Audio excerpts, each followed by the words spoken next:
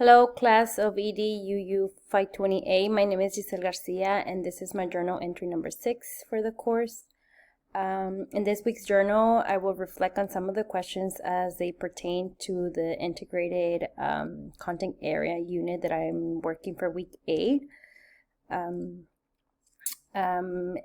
as I look through the chart with framing questions for lesson planning, and I reflect on them, I see that designing a well lesson plan includes clear unit goals, objectives, and is graded content appropriate is one of the key to the lesson, because this will help to monitor the learning, assess, and inform how to gear the instruction. I understand the importance of anticipating my specific students' needs. This means that I need to be cautious when lesson planning to include different English proficiency levels.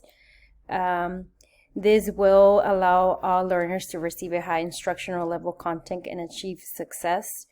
Most of my students range in number 1 and 2 of English proficiency level, which means that they need to have that extra support because of their minimal development level in English.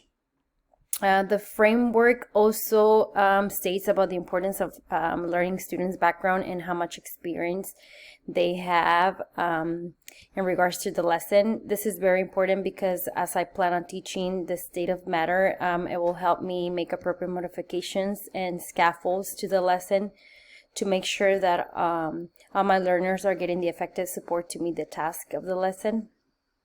For instance, explaining key vocabulary words and going more in depth to ensure that learners will comprehend the reading and grasp the content to meet the objective.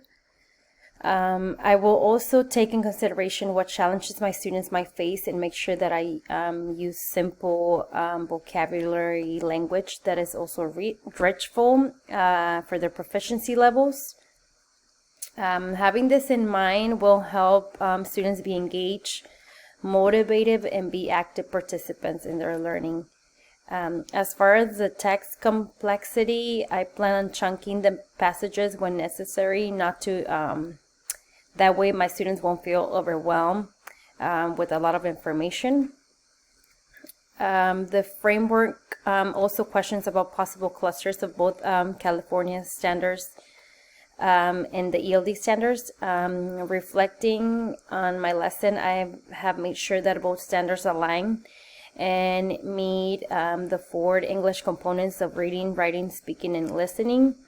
It is also to reflect on my ways to include students' interaction and communication. For example, students will be participating in think, pair, share activities, small group experiments to present evidence on findings and make sense of their understanding pertaining to the state of matter objective. And lastly, reflecting on a variety of forms that students can show their understanding of the lesson.